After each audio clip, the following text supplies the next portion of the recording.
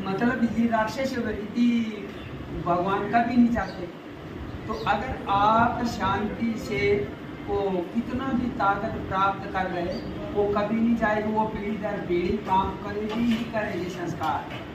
लेकिन उसके अंदर ये था कि मैं इतना बड़ा मतलब पूरी सृष्टि रचैया, वो तो भगवान बनना चाह रहे, भगवान तो एक ही है ना।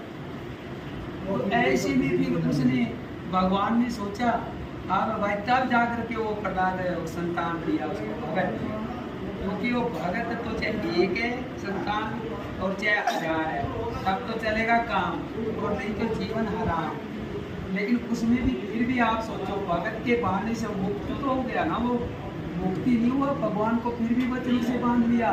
भगवान ने कसम उठा दी कि मैं तेरा वंश का किसी को नहीं मारूंगा। जब भगवान आए तो भगवान ने सब मर्यादा की पूर्ति नहीं की। तो देखो आप उसमें लिखा है कि उन्होंने झट पकड़ा और पट पे डाल लिया और नाखून से फाड़ दिया। ये है तो सच्ची बात, लेकिन इतनी शक्तिशाली को ऐसे में कर लिया तो ये तो एक मजाक हो गया।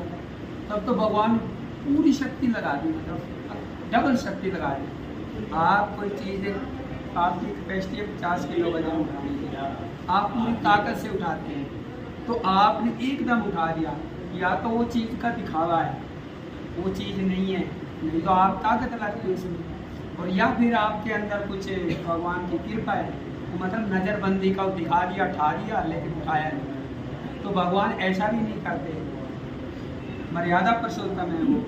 तो उन्होंने वो ऐसे पटों में जट वो तलवार मारने लगा, भगवान ने पकड़ करके पटों पे गिरा लिया, क्योंकि वो सब फॉर्मेलिटियाँ पूरी करनी थी, कोई भी उसकी नहीं तोड़ी, ना तोड़ी और ना तोड़नी थी। लेकिन उसके बाद वो ऐसे कैसे इतनी आसानी से जो जिसको ब्रह्मलोक में तलाका मार जाता है, इतनी आसानी से कैसे लेट गया वो, इससे पता लग जाएगा कि कितने पानी में हुए।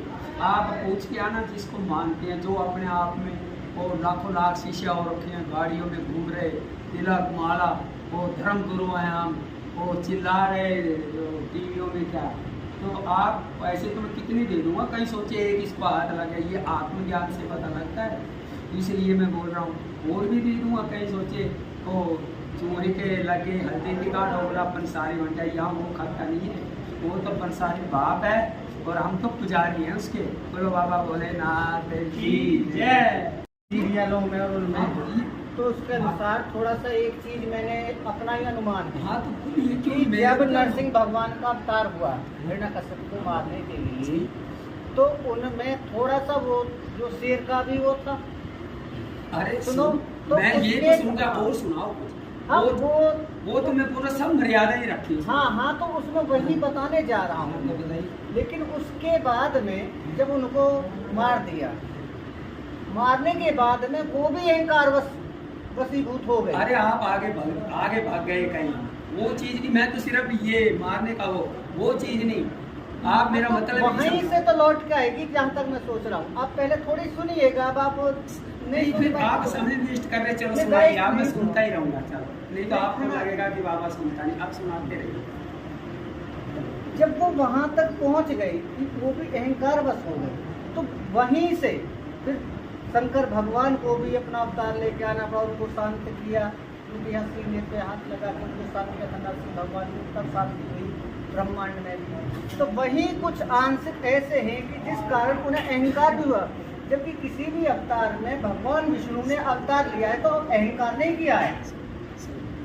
रामचंद्र के मैं इसलिए मैं जान रहा कि समय वेस्ट कर रहे आप यहाँ कितनों से पूछो, जो मेरे को मिल के जाएगा ना साधु, आप घोड़ों को छोड़कर सब बोलेंगे अहंकारी है, और आप उसी को बोलो कि गंदे पैर के जूते रख मेरे ऊपर, तो पता चलेगा। ऐसे बोलने से नहीं हुआ, अहंकार हुआ नहीं, उसमें भी महिमा दिखाई है। वो तो ये बात आगे चली गई, वो तो महिमा दिखाई है। प्रहलाद वो लेट गया, वो प्रहलाद को उन्होंने छुआ, वो भगत को, मतलब उसने ये दिखाया भगवान भगत के बस में है। वो तो सब मैंने किसको संशय नहीं हो सकता।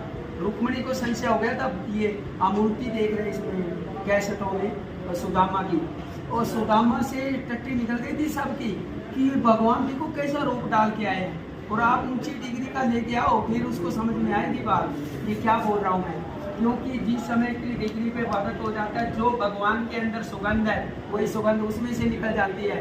तो वो घबरा गए, मेरे भगवान अभी अंदर बैठे थे, बाहर अभी इस देश में है तो जरूर हमारे अंदर कमी है। ये तो हम पैसे के लिए, मनोरंजन के लिए वो कुछ भी घुमा फिरा के बात कह रहे। ऐसा कुछ नहीं है सर, एक भी अक्षर कोई बाहर नहीं है। और इसमें भी जब मैं बताऊंगा ना, आप किसी को अगली बार पूछेंगे तो आपको दिखेगा साहब, आप मानेंगे कि हाँ ऐसा ही हुआ, क्योंकि सच्ची बात को कितनी देर आत्मा मानेगी, वो सच्ची बात है। तो ऐसा कुछ नहीं, पर वो ऐसा नहीं आपने कल तो बोला, वो ऐसा कुछ नहीं, अहंकार नहीं हुआ। वो तो इतनी ताकत है तो उसमें अहंकार नहीं, वो डर गए सब कि वो ब्रह्मलोक में भी ब्रह्मा भी डरता था और इन्होंने खेल खेल में मार दिया। तो जरूर कुछ ये अलग से ही, मतलब हर आदमी को भ्रांति हो जाती है, तो भ्रांति हो गया फेल, और भ्रांति नहीं हुई तो प्रभु से मिले। न्यू ब्रांड कंपनी से लेकर थोड़ी हवा ले गया, स्टार्टिंग गड़बड़ हो जाएगी, चाय कम कर देगा, तेल ज़्यादा खाएगा, आवाज़ बदल जाएगी, और बीमारी है ही नहीं, और क्या डलेगी। तो ये हवा हमारे अंदर जो होती है, ये हवा निकाली होती है, अहंकार नहीं होता। और उनमें तो अहंकार नहीं था, वो उनको लगा कि हम नहीं कर सके तो ये इन्होंने कैसे कर दिया। अगर वो ये देखते कि उन्होंने सब मर्यादाएं पूरी करके वो सामर्थ्य है, भगवान सामर्थ्य है।